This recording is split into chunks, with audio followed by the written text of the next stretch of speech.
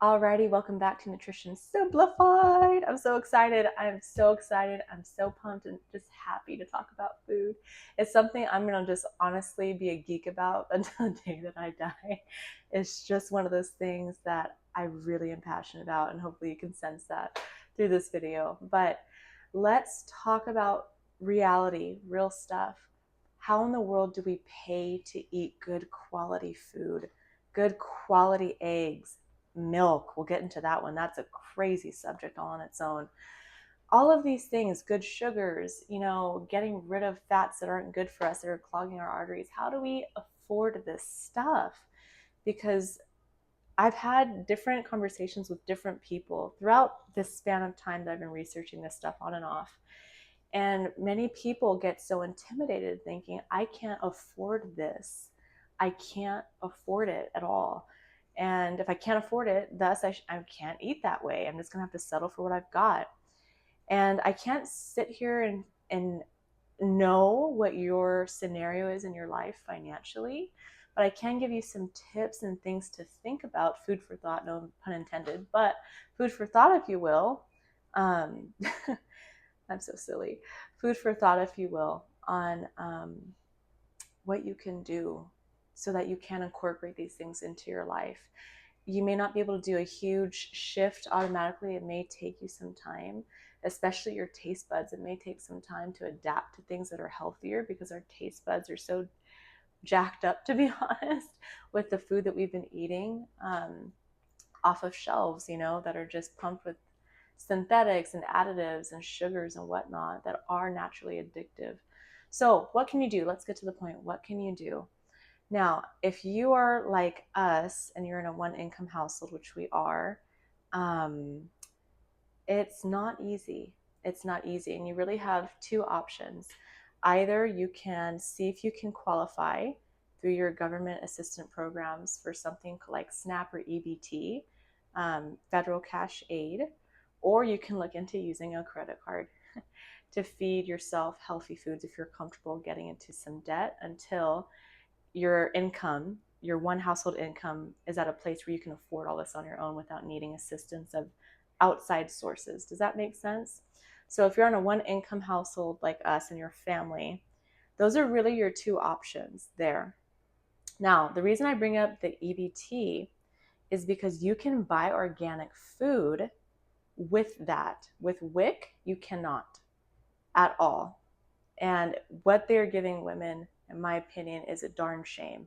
They're giving them the bottom of the barrel, which is completely unfair to breastfeeding moms and pregnant mothers. It makes me so upset. But it's what our government is providing for us. So these are your two options, okay? I highly encourage you to look at EBT if you're in a one income household, and you can qualify for something. Even if it's $50 or $100 something.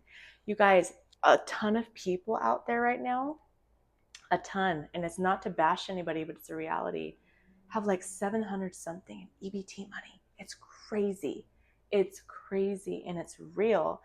And sadly, a lot of people that are flowing in that cash flow, if you will, are bulking up their carts with crap and junk because they don't know what's good for them. And it's not to hurt anybody's feelings, but it's a real tragic reality of all this food that we've been offered, how our whole the food industry has changed so much, and it's caused people to get addicted to certain foods thinking they're healthy foods because it's marketed as healthy, but then they don't realize, oh, the ingredient list has like 15 plus ingredients that we can't pronounce.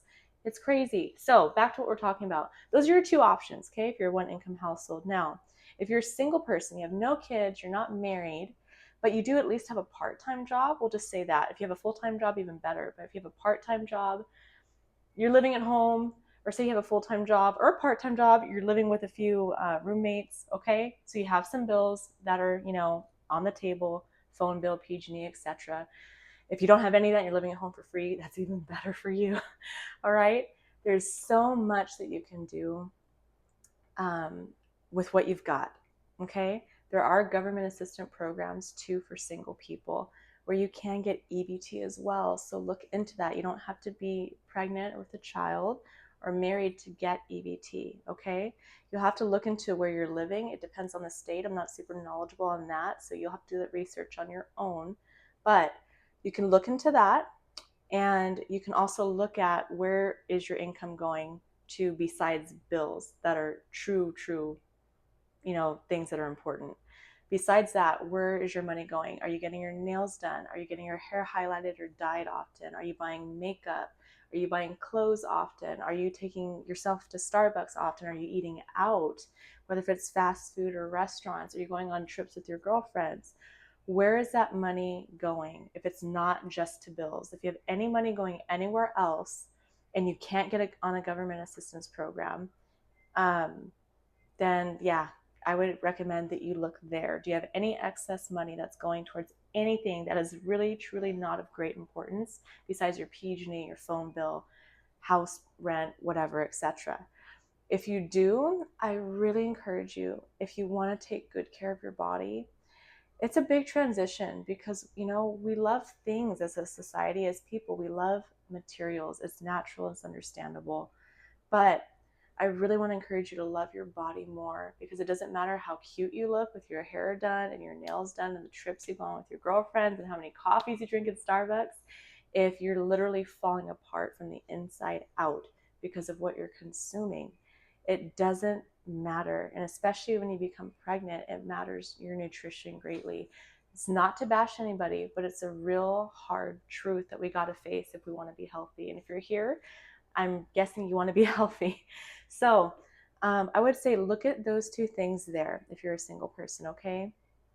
Now, with that said, that would even go into play for households that are, one income, two, or double income.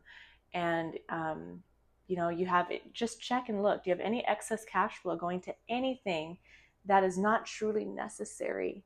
And if it is, I really encourage you, look at your budget of how much you're spending a month. All right, I had to redo this because my mic died, which is just reality of what things, look like and what happens to our lives, right? When we're trying to do something. Anyway, so yeah, to reevaluate where your money's going, nails, hair, trips, etc. We'll leave it at that. Look at that, and I really encourage you to think about next, what do you eat the most? Do you eat a lot of beef, a lot of chicken, a lot of eggs, a lot of milk, a lot of bread, vegetables? Whatever it is you eat the most, I encourage you, start there and start buying that all organic. And if that really intimidates you and you're just like, that's expensive and I'm not willing to start there, then the next option, which is better than nothing, is start with the Clean 15 list and the Dirty Dozen. Okay, look that up online. The Dirty Dozen list and the Clean 15 list. That'll talk about more about produce and fruit, about what is heavier in pesticides, what's not. But I really encourage you, start there first if you're willing to buy the things you eat the most, all organic, okay? Start there. And I'm hoping that your diet is heavy in meat and eggs and milk. Now, if it's high in like boxed food, organic still has that nice shiny label, but that's a different video for another day that we have to dive into about ingredient lists, because organic foods, boxed items especially that are labeled organic, full of additives that are wild. So if your diet's heavy in beef, chicken, eggs, milk, bread, let's start there, buy this organic. And if you really aren't comfortable with that, then start with the Dirty Dozen list and the Clean 15. Now, my next video, we'll talk about chicken, and then we'll go from there with the most common things in households: beef, chicken, eggs, milk, and then from there. God bless you. Talk to you soon.